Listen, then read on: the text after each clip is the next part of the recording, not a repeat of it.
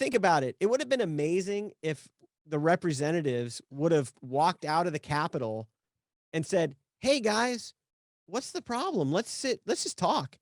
You guys are apparently pretty pissed about something. Like, why don't we have a round table? And what do you guys really want?" No, that didn't happen, right? Obviously.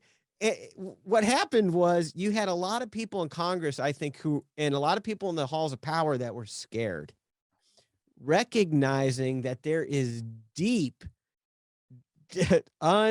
unpopularity for the whole system out in the world, enough that 1 million people would show up in DC on a cold day, and thousands upon tens of thousands would surround the Capitol, and some people would go in there.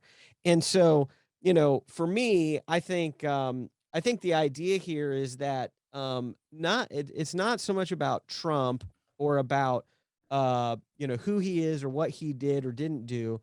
It's more about this transpartisan populist movement that I think is possible and can be led by a good, powerful leader of integrity who's not Trump, but into the future to actually make real change that could uh, thwart the desires of the deep state or the establishment. And I think that the Stop the Steal movement and then Jan 6th, kind of what all happened there is just a window into that. And in the same way that for me, I look back and see what happened after Ron Paul and the Tea Party as a similar type of energy, but that was instantly co-opted by GOP insiders.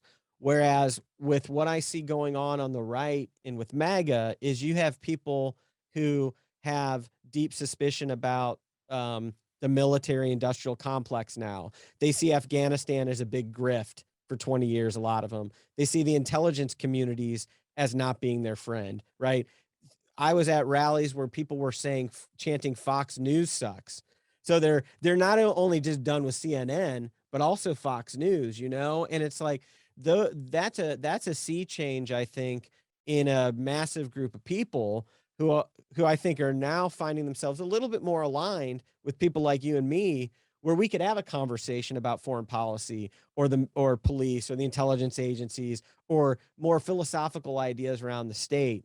And so, so for me, I see a big opportunity to move forward into a conversation that doesn't have anything to do with Trump, doesn't have anything to do with, the right versus left, but it's sort of like, hey, what would this transpartisan coalition be where we can actually make real change at the local and state level, and how would that flow and possibly make an impact on the federal level?